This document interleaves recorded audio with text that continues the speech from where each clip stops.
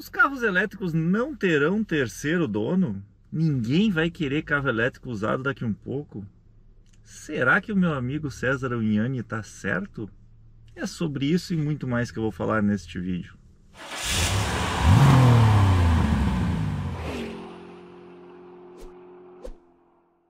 Bom, meus amigos, para quem não entendeu do que eu estou falando, o César Unhani, um apresentador de TV, um piloto de testes e um conhecedor de automóveis muito respeitado, pelo menos eu respeito ele demais, essa semana colocou um Reels no Instagram falando que os carros elétricos não terão terceiro dono por causa de um negócio chamado obsolescência programada. Vou falar uma coisa para você, acho que segundo dono até tem, acho que o que não vai ter é terceiro dono. A gente está trabalhando, né, com carros que atualmente estão sendo desenvolvidos para ter o que a gente chama de obsolescência programada muito rápido, né? É mais ou menos como o telefone celular. Você usa ele 1 ano, 2 anos e praticamente, né, você tem uma dificuldade muito grande de passar ele para frente. É o que a gente chama de obsolescência programada. Quando a gente fala de um telefone celular, já pesa no bolso, é muito caro, né? Imagina um carro. Então, na minha opinião, carro elétrico terá, com certa dificuldade, um segundo dono, mas dificilmente terá um terceiro dono, né? A tal da obsolescência programada. É para acabar. Ele falou obsolescência, mas eu acho que é obsolescência. Eu não sou especialista em português. Na verdade, eu sou péssimo em português, mas eu sempre entendi que era obsolescência. Bom, independente disso, o que ele quis dizer é que hoje as montadoras elas estão programando seus carros para ter uma vida útil e depois de um certo tempo eles serem descartados, eles não poderem ser usados, assim como acontece com os celulares e muitas outras coisas. De novo eu vou dizer para vocês, respeito demais o César Unhani, é um cara que eu admiro muito pelo trabalho dele, principalmente pelo conhecimento dele, mas isso não significa que eu tenha que concordar com tudo que ele fala, né? Ou pelo menos com tudo que ele pensa. Na verdade, eu acho que um dos grandes trunfos da humanidade é ter pontos de vista diferentes, porque com isso a gente consegue crescer, a gente consegue evoluir. Se todo mundo pensasse igual, se todo mundo visse as coisas da mesma forma, a gente estaria sempre no mesmo lugar. A evolução, ela seria ou muito pequena ou nem existiria. Bom, vamos lá. Falando um pouco sobre essa obsolescência programada. Isto é real? De certa forma é. E ela não vale só para carro elétrico, ela vale para todos os produtos que são feitos hoje em dia. Eu digo isso de uma forma geral mesmo.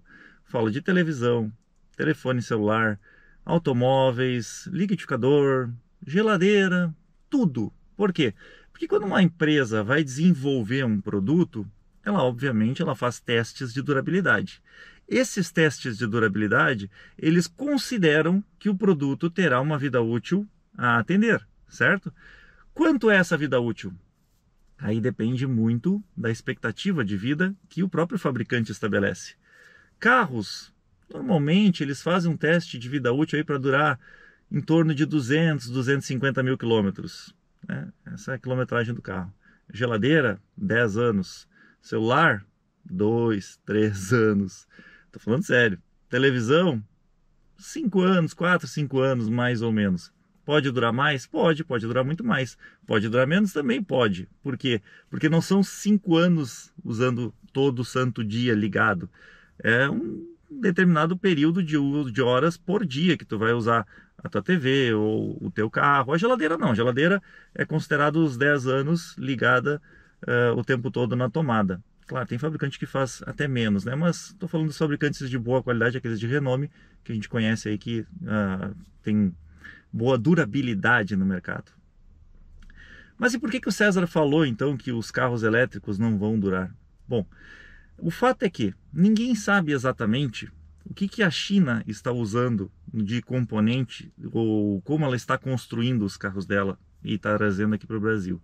O que se sabe é que nenhum fabricante consegue fazer tão barato quanto eles.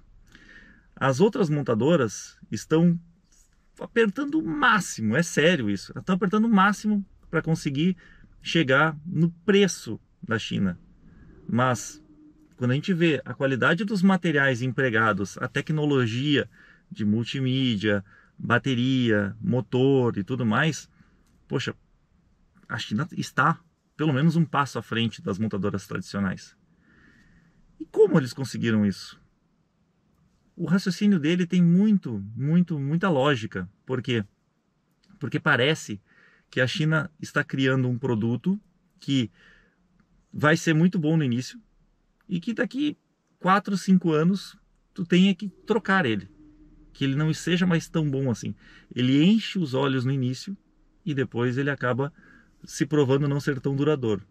Mas Felipe, se o produto realmente é mais barato que das montadoras tradicionais, se realmente ele tem mais tecnologia, ele tem um acabamento melhor, novo, por que tu não concorda com a posição do César ou o pensamento do César? Olha, eu vou te dizer que eu não concordo porque eu já vi algumas coisas que me mostram um outro lado. Acho que foi 2011 mais ou menos, ou 2012, 13, eu não me lembro, faz mais de 10 anos isso. A BYD trouxe para o Brasil alguns carros que eram uns carros bem feios até, tá? Que parecia uma traseira de Subaru Forester com uma dianteira de Fiat Idea. Trouxe esses carros, deixou acho que 20 carros rodando aqui em Canoas durante um mês, emprestou para taxista rodar. Esses carros passaram pelo Brasil inteiro a título de validação, de teste, de entendimento do mercado, das condições climáticas, das condições de ruas. E a BYD nem tinha operação no Brasil, mas a BYD já era conhecida por ser uma fabricante de baterias. Pouco tempo depois, ou alguns anos depois, ela começou a fabricar ônibus elétricos por aqui e tudo mais. Por que eu falo desses carros que vieram para cá? Porque esses carros estão rodando até hoje. Eu vi esses carros lá na fábrica e eles estão com quilometragens bem altas. O menos rodado deles tem mais de 300 mil quilômetros. Tem um com mais de 600 mil quilômetros e com a mesma bateria. Ah, mas Felipe, então quer dizer que vai rodar tudo isso? Não, quer dizer que o carro de validação deles não incomodou e conseguiu rodar com a bateria. Agora, tem muita gente que está preocupada demais com a bateria do carro elétrico. Eu vou te dizer que a bateria é o menor das minhas preocupações. Eu acho que a bateria é o ponto que não vai incomodar. Não vai incomodar porque ela chegou num nível de desenvolvimento em que não tem absolutamente nada a ver com a bateria de um celular, nada a ver com a bateria de qualquer outro eletrodoméstico que tu tenha, qualquer outro produto que tu use na tua residência. A bateria de um carro, ela está anos-luz em durabilidade, em entrega de energia, em recarga e tudo mais. E isso faz com que ela tenha uma durabilidade altíssima, altíssima.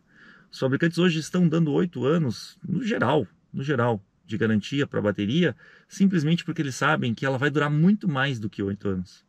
Se eles não soubessem isso, eles não dariam essa garantia toda.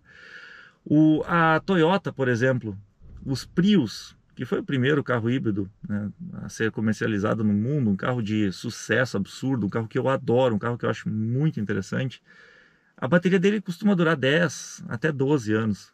Entre 10 e 12 anos começa a pedir manutenção e aí tem que substituir.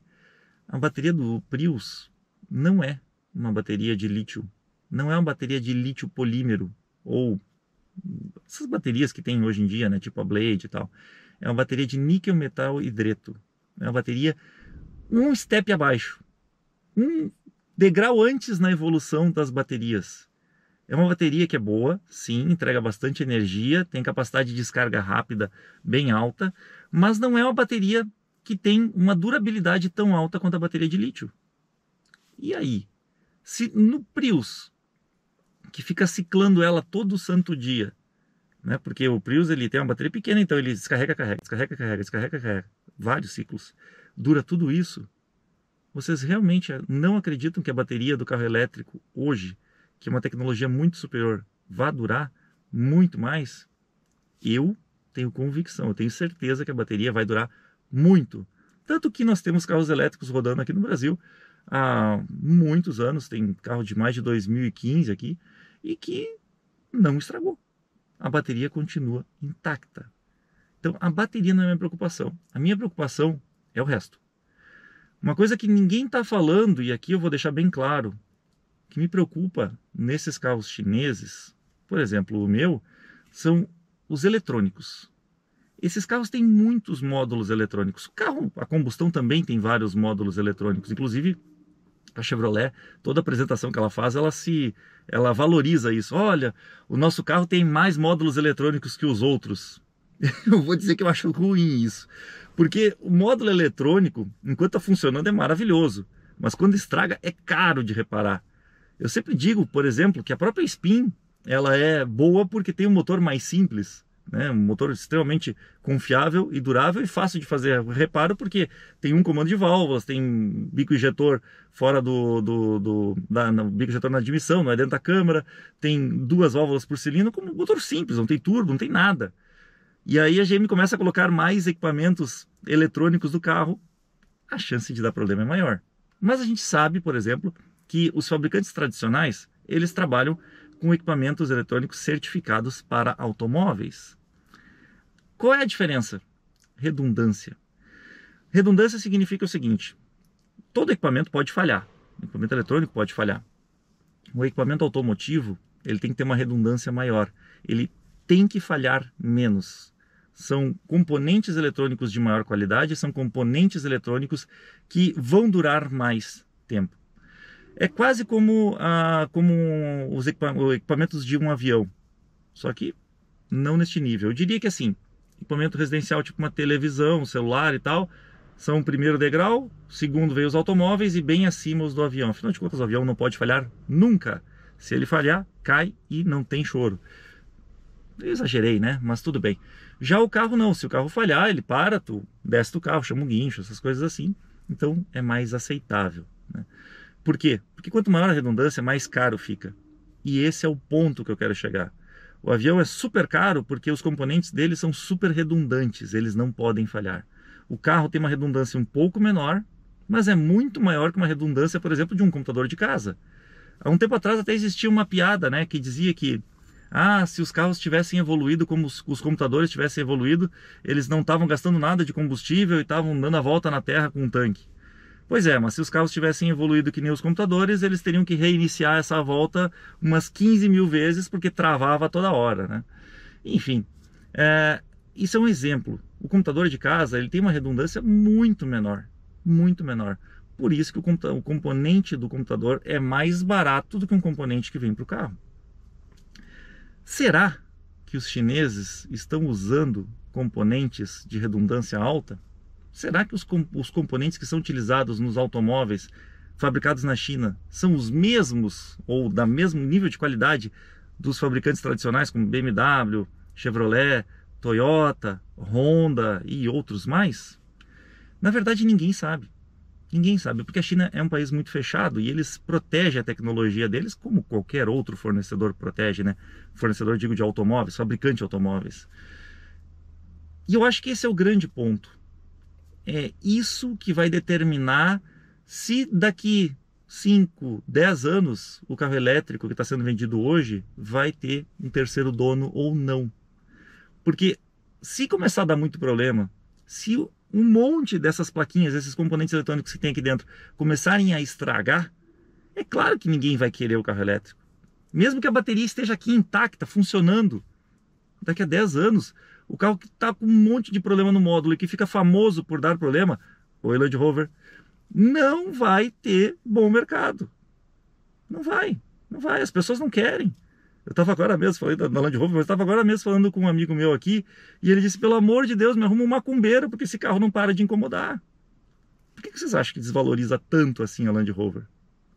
É ótimo, é um excelente carro quando tu compra. Maravilhoso, super tecnológico, confortável, mas depois de uns anos é um baita de um problema. Um baita de um problema. E o carro elétrico, ele pode ser, sim, um novo carro problemático daqui a uns anos, ou não. Tudo depende da qualidade que foi empregada nos componentes eletrônicos que hoje a gente não sabe. Então sim, é uma aposta, sim, pode ser que não tenha um terceiro dono, o César pode estar certo, mas eu acredito que não. Por quê? Porque aqueles carros que eu vi rodando aqui no Brasil, que estão aqui no Brasil rodando há mais de 10 anos, são de tecnologia anterior aos atuais e não incomodaram. Será que eu estou certo? Só o tempo dirá. Será que o César está certo? Só o tempo dirá. O fato é que são pontos de vista diferentes e o mais importante é a gente entender o que ele está falando, é entender o que eu estou falando e tirar as suas próprias conclusões em cima disso. Conta pra mim aqui embaixo nos comentários o que tu achou. O que tu acha sobre esse assunto? Vai ter terceiro dono ou não? Mas que barbaridade, é sério que tu aguentou até aqui, tio? Não deu nem uma dormidinha? Viu todo o vídeo mesmo, prestou atenção em cada detalhe? Então, meus amigos, não esqueçam, sigam a gente nas outras redes sociais também. Nós temos o TikTok, nós temos o Instagram, nós temos o Quai, o Facebook existe, mas sinceramente eu nem sei se tem alguém usando ainda. Enfim, acompanhe a gente lá que a gente vai colocar um monte de novidade, vai colocar tudo que a gente está fazendo. Tu vai ver em primeira mão aquilo que vai chegar aqui algumas semanas depois no canal. Valeu?